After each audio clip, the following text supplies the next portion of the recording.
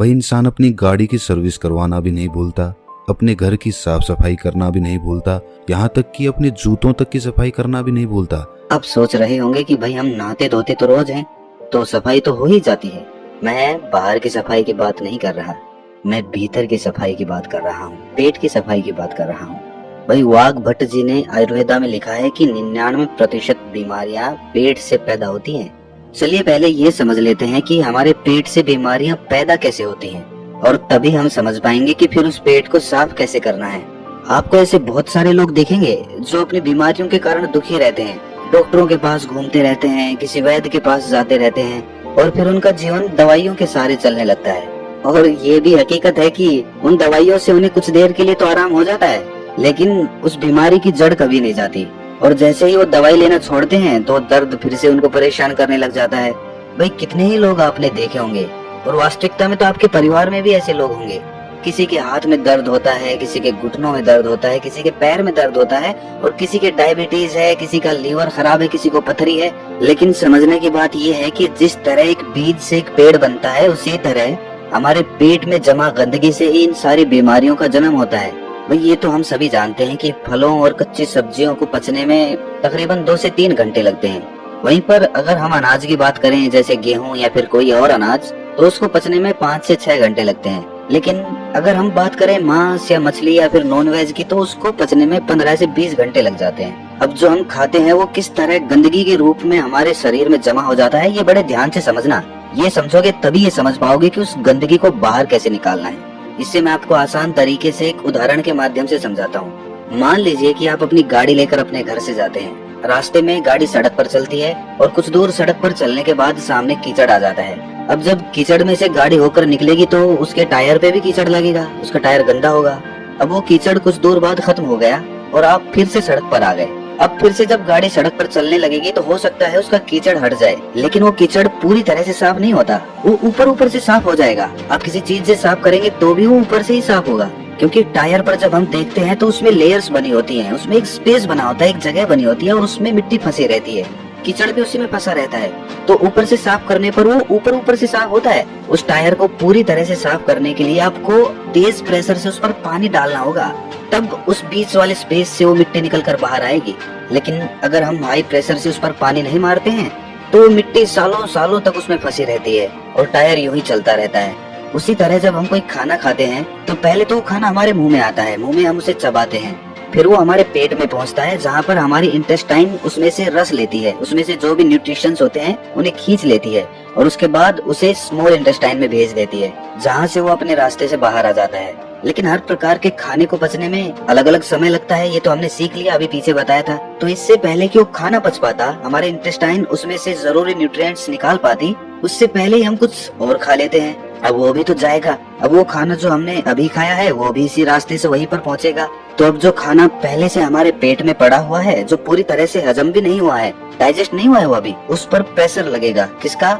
जो खाना हमने अभी खाया है उसका, क्योंकि वो भी तो उसी रास्ते से आगे जाने वाला है, और आगे तो जाम लगा पड़ा है। तो ये खाना उसको धक्का मारेगा और वो पुराना खाना बिना पूरी तरह से डाइजेस्ट हुए आगे निकल जाएगा। लेकिन जब ये हाफ डाइजेस्टेड खाना बिना पूरी तरह से हजम हुए आगे बढ़ जाता है तो ये पीछे छोड़ जाता है बैक्टीरियाज के भंडार। बहुत सारे बैक्टीरियाज होते हैं जो पीछे छूट जाते हैं, और ये बैक्टीरियाज हमारे इंटेस्टाइन से, यानी कि हमारे पेट की, हमारे स्टमक की जो इनर वॉल्स होती हैं उनसे चिपक जाते हैं, चिपट जाते हैं। उसी तरह जैसे वो कीचड़ उस गाड़ी के पहिए पर लगा था, ठीक उसी प्रकार अब हमारे इंटेस्टाइन तो खाने से न्यूट्रिशंस खींचने के लिए बनी है। तो जब हमारे इंटेस्टाइन खाने से न्यूट्रिशंस खींचती है और शरीर के दूसरे अंगों में उन्हें पहुंचाती है, तो उन न्यूट्रिशंस के साथ ये बैक्टीरिया जो पहले से ही हमारे इंटेस्टाइन से चिपके हुए थे, ये भी खून के साथ अलग अलग अंगों में पहुंच जाते हैं। जब ये बैक्टीरिया वाला खून हमारे शरीर के अलग अलग अंगों पर पहुंचता है तो अलग अलग प्रकार की बीमारी पैदा होती है। जैसे जब ये लीवर में पहुंचेगा तो वहाँ पर पथरी बनने के चांसेस रहेंगे, जब ये दिल के पास पहुंचेगा तो दिल का दौरा पड़ने के चांसेस रहेंगे, और जब ये मस्तिष्क में पहुंचेगा तो ये दिमाग की बीमारी पैदा कर देगा। और इसी प्रकार जहाँ भी ये पहुंचेगा, जोड़ों में पहुंचेगा तो जोड़ों का दर्द पैदा करेगा। तो इसीलिए समय समय पर हमें अपने पेट की सफाई करते रहना चाहिए, ताकि हमारे इंटेस्टाइन में वो बैक्टीरिया जमा ना होने पाए। चलिए मैं आपसे पूछता हूँ कि घर की सफाई करने के लिए सबसे पहला स्टेप क्या होता है? भाई कॉमन सेंस की बात है कि अगर हमें अपने कमरे की सफाई करनी है तो हमें कमरे को खाली करना होगा। अगर फर्श साफ करनी है तो फर्नीचर को बाहर निकालना पड़ेगा। उसी तरह से हमें भी अपने पेट की सफाई करने के लिए ऐसे ही शुरुआत करनी चाहिए। अगर हम अपनी पूरी बॉडी को डिटॉक्स करना चाहते हैं तो सबसे पहले तो हमें अपने पेट को साफ करना होगा, जहाँ से सारी बॉडी में बैक्टीरिया सप्लाई हो रहे हैं। तो इसका सबसे अच्छा, सबसे पहला और सबसे आसान तरीका है व्रत करना, फास्टिंग करना चालू करिए। फास्टिंग करने से हमारा पेट खाली होगा और जब हमारा पेट खाली होगा तभी तो हम उसकी सफाई कर पाएंगे। अब देखिए, फास्टिंग करना कुछ लोगों को बहुत डिफिकल्ट लगता है, बहुत कठिन भी होता भी है। जो लोग फास्टिंग कर सकते हैं वो फास्टिंग करें, हफ्ते में किसी दिन कर लें या महीने में कर लें। और फास्टिंग करें तो पानी, जूस या फिर कोई फल इत्यादि ही खाएं, क्योंकि तभी तो फास्टिंग होगी।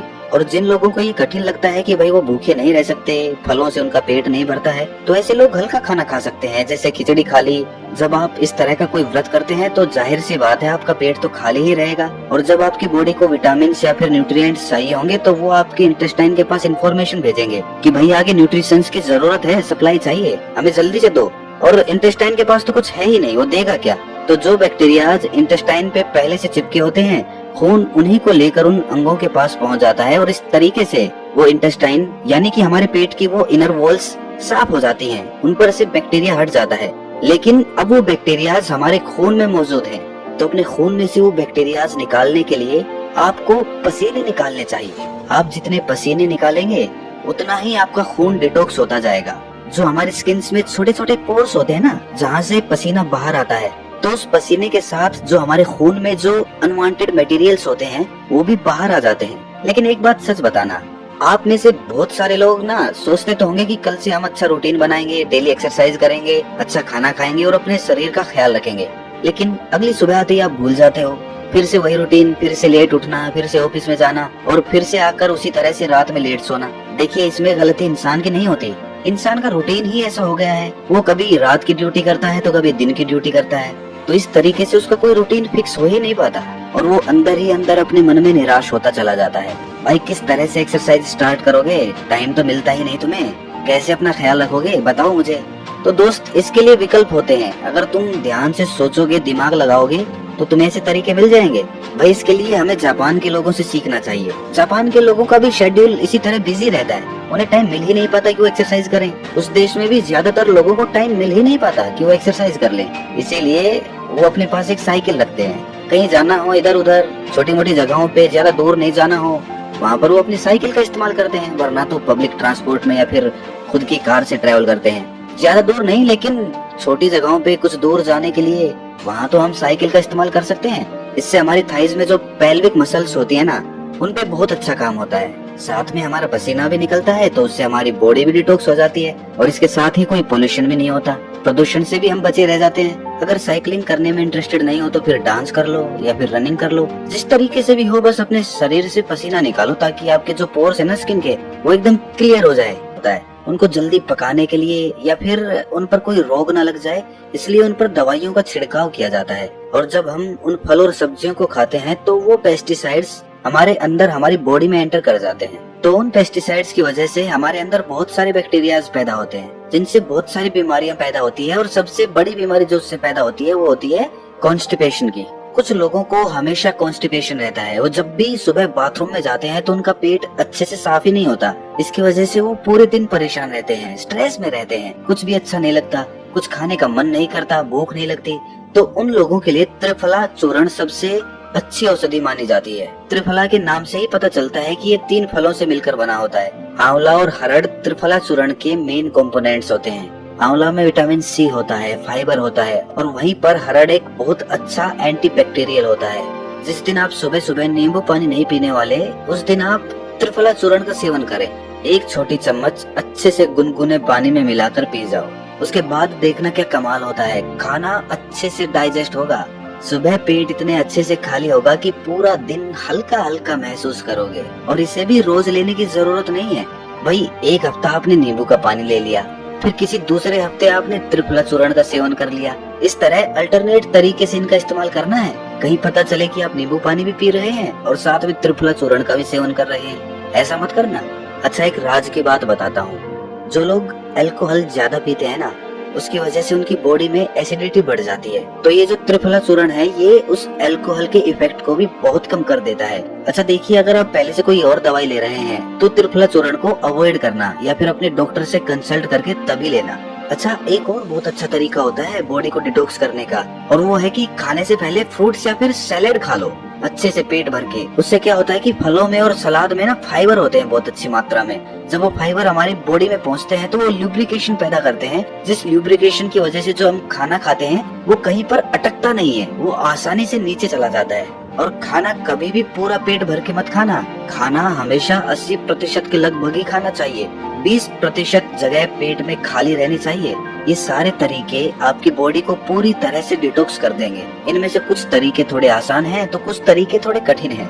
आप अपनी सुविधा के अनुसार कोई भी तरीका अपना सकते हैं, लेकिन ये सारे तरीके बॉडी को डिटॉक्स करने के लिए हैं। माइंड को डिटॉक्स करने के लिए कुछ अलग तरीके होते हैं। अगर इस वीडियो में हम डिस्कस करेंगे तो ये वीडियो बहुत लंबी हो जाएगी, लेकिन आप ये जान लीजिए कि जितना जरूरी बॉडी को डिटॉक्स करना है उससे कहीं ज्यादा जरूरी माइंड को डिटॉक्स करना होता है। क्योंकि हमारे माइंड में ना बहुत सारा स्ट्रेस है, बहुत एंजाइटी है, बहुत सारे डर है, फियर है, ईर्ष्या है, जलन है, द्वेष है, पता नहीं किस किस तरह के इमोशंस हमारे दिमाग के अंदर भरे पड़े हैं, जो कभी खाली ही नहीं होते, जो वहीं पर अटके रह जाते हैं और हमें हमेशा परेशान करते रहते हैं, नई नई बीमारियों को पैदा करते रहते हैं। उससे मानसिक बीमारियां बहुत सारी पैदा होती हैं। डिप्रेशन हो जाता है, हमेशा दुखी रहना, खोया खोया रहना, समाज से कटके रहना, किसी से मिलना जुलना नहीं, कॉन्फिडेंस कम हो जाना, अपने एक्सप्रेशन दूसरों के सामने एक्सप्रेस ना कर पाना, ये सारी प्रॉब्लम्स माइंड डिटॉक्स